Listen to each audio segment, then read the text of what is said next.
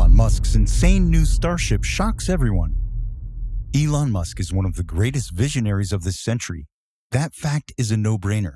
But what he can do sometimes goes beyond what we could ever imagine. If you're a fan of Elon Musk, you've probably heard about the Starship.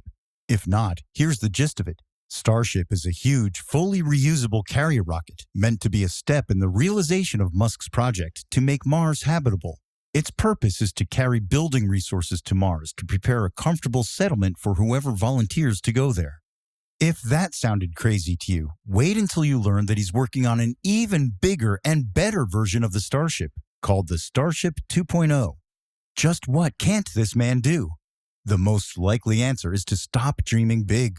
This isn't his first big ambition, and it probably won't be his last. Before he announces the next, let's talk about this one. Musk's impact on the space industry. Founded in 2002, SpaceX is Elon Musk's successful attempt at building a legacy that extends beyond the earthly realm. With SpaceX, Musk has done and is still doing the unimaginable. For example, it is the first company to make reusable orbital rocket boosters and the first private company to send a spacecraft to the International Space Station and to send astronauts to orbit and the International Space Station. And the projects that are still in development are even crazier. Among them, Starlink, a constellation of artificial satellites meant to provide internet to the whole globe, and the Starship, a fully reusable carrier rocket that will be able to launch 100 tons into low Earth orbit. And while Starship 1.0 hasn't even been officially launched yet, Starship 2.0, the very topic of today's video, has already been announced. What's gotten Elon Musk in such a hurry? The man doesn't want to seem to take a break. Why the Starship? As said before, Musk wants to send humans to Mars. An ambitious dream for an ambitious man. We have to give him that. But why something that can carry as much as 100 tons into only low Earth orbit? Well, the functional version of the Starship will be refueled while in orbit so it can complete its journey to Mars with its full payload. Won't that be a hassle? Is something ever a hassle for Elon Musk when he has his mind set on it? Obviously no. And to be fair, since the rocket will be reusable, it will cost much less than the ones that currently exist. Musk stated that the Starship 1.0 should cost around $1 million per launch. For reference, the Falcon Heavy costs $97 million per launch, and the Falcon 9 costs $67 million per launch. That's a difference nearly as big as the Starship itself. Speaking of big, how huge will the Starship be? Once fully assembled, the Starship 1.0 is about 390 feet tall, or about 85 feet taller than the entire Statue of Liberty sculpture. It is also higher than Saturn V, the Apollo program rocket that landed Neil Armstrong on the moon and stood at 363 feet tall. As for the width, the Starship has a diameter of 30 feet. Quite the monster. Naturally, we can expect the 2.0 version to be even bigger. Guess what? That will most likely be true since Elon Musk himself tweeted that the next generation of Starship should be 18 meters or 59 feet in diameter. Again, quite the monster. Okay, so Musk wants to send humans to Mars, and he dreams big. If so, how many people is he planning to send? Well, Musk will need no less than 1 million people to concretize his plan to populate Mars. That's not a small number. 1 million human beings will need more than red rocks and dust to survive, which means a settlement should be prepared in advance to receive them. With a payload capacity of 100 tons, you can guess that the Starship will be able to transport most, if not all, of what's needed to prepare that settlement. The Starship will allow SpaceX to send large amounts of construction materials, and probably even some reasonably sized equipment, to Mars in one trip. The rocket will naturally also be able to transport a large number of passengers. Once again, if Starship 1.0 can do that, imagine what the next generation will be able to achieve. Humanity has so much to look forward to. Okay, but what else makes Starship so special? Many things set Starship apart from its counterparts from both SpaceX and other space agencies. We've already mentioned its impressive size and payload capacity, but it doesn't stop there.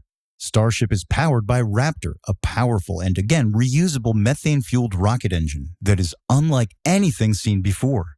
It uses liquid methane and liquid oxygen, also known as methylox, as a fuel, something that is very new within the industry. And that's not all. This engine is extremely powerful and produces so much energy. The Raptor 1 engine alone produced 185 tons of thrust. For those of you who are not familiar with the word, a rocket's thrust is the force that pushes it forward. Although that's a very simple explanation, I'm sure you understand what it means. Raptor 1 could use fuel very efficiently to push the rocket very far forward. Now, that's just talking about Raptor 1.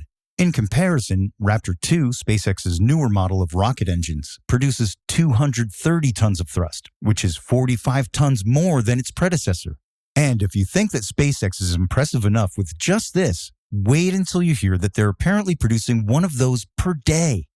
There's also the Super Heavy booster. Now, what's a booster in this context?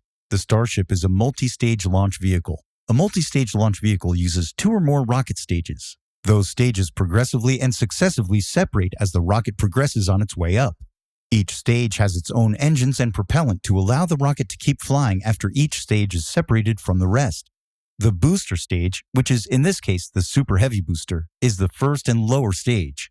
Starship's booster stage is 230 feet tall and houses up to 33 Raptor engines by itself.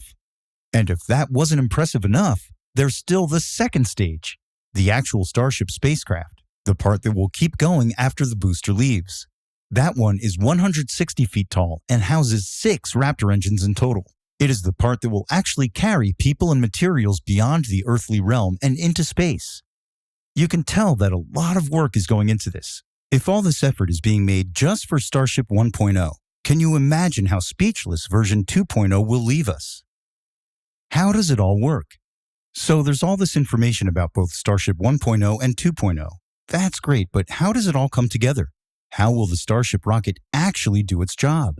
Let's dive into a quick overview of the Starship's journey to its destination and back. The beginning of the mission. The payload will integrate into Starship before the rocket joins its launch site. There, the Super Heavy booster and actual Starship spacecraft will be stacked onto a launch mount and loaded with the Methalox propellant. Once that is done, all 33 of Super Heavy's Raptor engines will fire, lifting the rocket off the ground. Once the rocket reaches an altitude of 40 miles, which should take roughly 2 minutes, Super Heavy will cut off its engines and detach from the spacecraft, leaving the latter to continue its journey while Super Heavy goes back to the launch site, where it will be caught by mechanical arms. It is estimated that there will still be 20 tons of propellant left inside the booster after 6 minutes of flight. But let's go back to the spacecraft. While Super Heavy goes back to Earth, Starship will go into orbit. During that orbit, tanker variant starships will refuel the spacecraft so it can continue its journey to its destination. Depending on whether the said destination has an atmosphere, the landing will look slightly different. If it doesn't have an atmosphere, Starship will turn on its engines and thrusters to slow down before landing. To land on bodies with an atmosphere, such as planet Mars, the spacecraft will slow down first by entering the atmosphere with protection from its heat shields. The actual landing will use the BellyFlop maneuver, which is unique to the Starship. What is this BellyFlop maneuver? Simply put, the BellyFlop is Starship's unique way of initiating landing horizontally and still landing vertically. It manages to do that by falling belly first before reigniting its engines at a certain altitude for a controlled landing. This is yet another factor that plays a role in the reusability of Starship. What's next? Well, upon landing, the spacecraft will be caught by mechanical arms, just like its booster. The process should look the same for both ways of the trip, and the Starship should be able to launch 3 times per day, which is no small number for a rocket. When can we expect Starship 2.0 to be ready? Well, version 1.0 should have its first test flight in the first quarter of 2023, so chances are that we'll have to wait some time for its successor. However, since Musk himself decided to announce it so soon, maybe it won't be so long after all. Who knows? So this was all from today's video. Make sure you hit the bell icon for upcoming videos. And if you enjoyed this video, please leave a like and subscribe. Thanks for watching.